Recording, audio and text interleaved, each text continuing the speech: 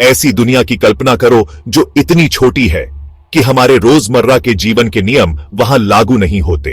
यह quantum mechanics का क्षेत्र है, वह सिद्धांत जो पदार्थ के सबसे बुनियादी स्तर पर उसके व्यवहार को नियंत्रित करता है, परमाणु और उनके भीतर के कण। इस अजीब और अद्भुत दुनिया में कण एक साथ कई जगहों पर हो सकते हैं, एक साथ तरंगों और कणों की तरह व्यवहार कर सकते हैं और यहां तक कि विशाल दूरी पर एक दूसरे को तुरंत प्रभावित भी कर सकते हैं। क्वांटम मैकेनिक्स कई तरह की घटनाओं को समझाने में अविश्वसनीय रूप से सफल रहा है।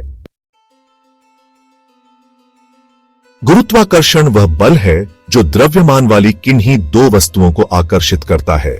यही वह चीज है जो हमारे पैरों को जमीन पर मजबूती से टिकाए रखती है, जिसके कारण पृथ्वी सूर्य की परिक्रमा करती है और जो अंतरिक्ष के विशाल विस्तार में आकाशगंगाओं को एक साथ रखती है। प्रकृति के अन्य मूलभूत बलों के विपरीत, जो परमाणु और उपपरमाणु स्तरों पर काम करते हैं, गुरुत्वाकर्षण एक लंबी दूरी का बल है जो विशाल दूरी पर विशाल वस्तुओं पर कार्य करता है। यह चार मूलभूत बलों में सबसे कमजोर भी है, लेकिन इसके प्रभाव संचयी होते हैं।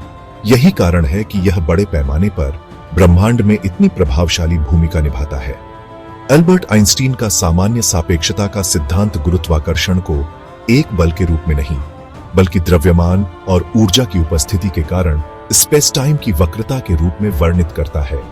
एक ट्रैम्पोलिन पर रखी गेंद की कल्पना करो। गेंद ट्रैम्पोलिन के फैब्रिक में एक गड्ढा बनाती है और पास रखी कोई भी वस्तु उसकी ओर लुढ़क जाएगी। सामान्य सापेक्षता विशाल पिंडों के चारों ओर तारों के प्रकाश के झुकने से लेकर ब्रह्मांड के विस्तार तक ब्रह्मांडीय पैमाने पर गुरुत्वाकर्षण के व्यवहार को समझाने में उल्लेखनीय रूप से सफल रही है। हालांकि यह उन अत्यंत छोटे पैमानों पर टूट जाता है जहां क्वांटम मैकेनिक्स का शासन होता है।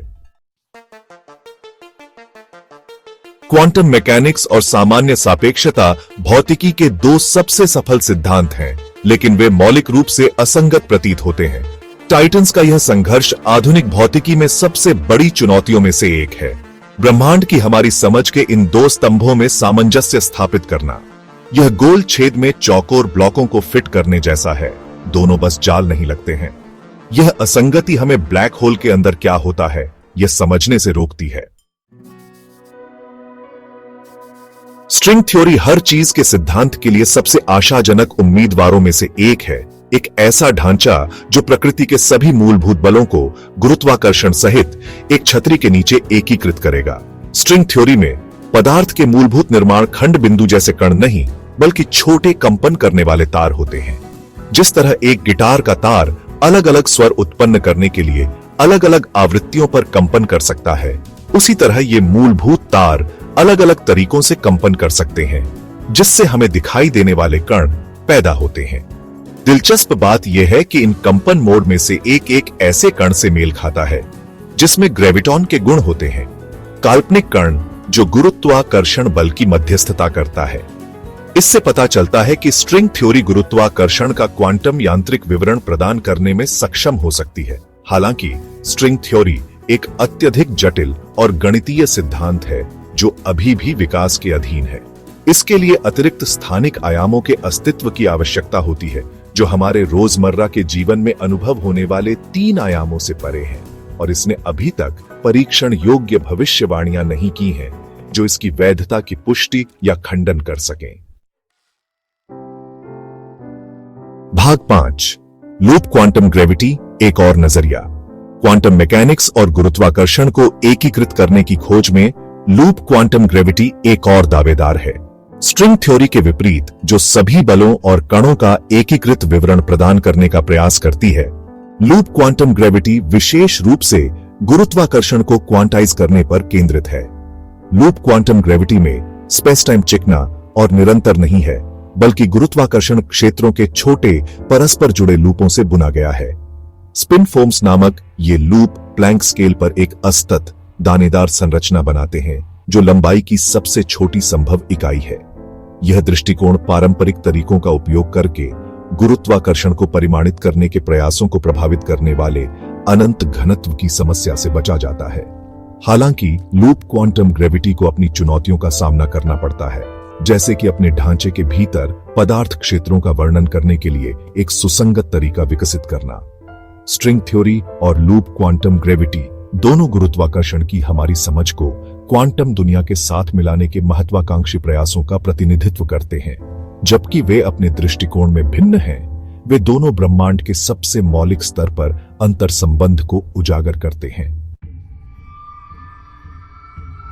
भाग 6, क्वांटम ग्रेविटी में समय की समस्या। गुरुत्वाकर्षण और क्वांटम मैकेनिक्स को एकीकृत करने की कोशिश करने के सबसे पेचीदा पहलुओं में से एक समय की समस्या है। क्वांटम मैकेनिक्स में समय एक बाहरी पैरामीटर है जो अध्ययन की जा रही प्रणाली से स्वतंत्र रूप से टिक करता है।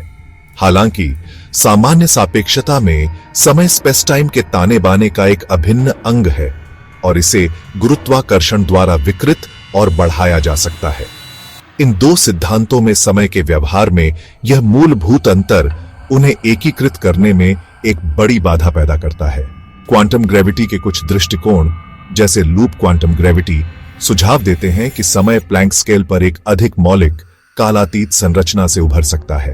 क्वांटम ग्रेविटी में समय की समस्या एक गहन समस्या है जो वास्तविकता की प्रकृति को छूती है। यह समय की प्रकृति के बारे में प्रश्न उठाता है और क्या यह ब्रह्मांड का एक मूलभूत पहलू है या वास्तविकता के गहरे स्तर से उत्पन्न होने वाला एक आकस्मिक गुण है। भाग 7, गुरुत्वाकर्षण और क्वांटम यांत्रिकी को एकीकृत करने में प्रायोगिक चुनौतियां। प्रायोगिक रूप से क्वांटम ग्रेविटी के सिद्धांतों का परीक्षण करना एक कठिन चुनौती है, क्योंकि क्वांटम ग्रेविटी के प्रभाव वर्तमान में सुलभ ऊर्जा पैमानों पर बेहद कमजोर होने की उम्मीद है। इसे परिप्रेक्ष्य में रखने के लिए ऊर्जा पैमाने जिस पर क्वांटम ग्रेविटी के महत्वपूर्ण होने की उम्मीद है, लार्ज हैड्रॉन कोलाइडर जैसे सबसे शक्तिशाली कण त्वरक में प्राप्त करने योग्य ऊर्जा पैमानों से कहीं अधिक है। इसका मतलब है कि भौतिकविदों को अपने सिद्धांतों का परीक्षण करने के लिए अप्रत्यक्ष टिप्पणियों और ब्रह्मांड संबंधी आंकड़ों पर भरोसा करना होगा। उदाहरण के लिए, कुछ सिद्धांत cosmic microwave background radiation, big bang के फीके आफ्टरग्लो में सूक्ष्म बदलाव के अस्तित्व की भविष्यवाणी करते हैं, जो क्वांटम ग्रेविटी की प्रकृति के बारे में संकेत प्रदान कर सकता है। हालांकि इन टिप्पणियों की व्याख्या करना अक्सर मुश्किल होता है और ये विभिन्न खगोल भौतिकीय अनिश्चितताओं के अधीन हो सकती है। फिर भी क्वांटम ग्रेविटी के प्रायोगिक हस्ताक्षरों की खोज एक महत्वपूर्ण प्रयास है जो ब्रह्मांड की हमारी समझ में क्रांति ला सकता है। भाग 8, क्वांटम ग्रेविटी के दार्शनिक निहितार्थ।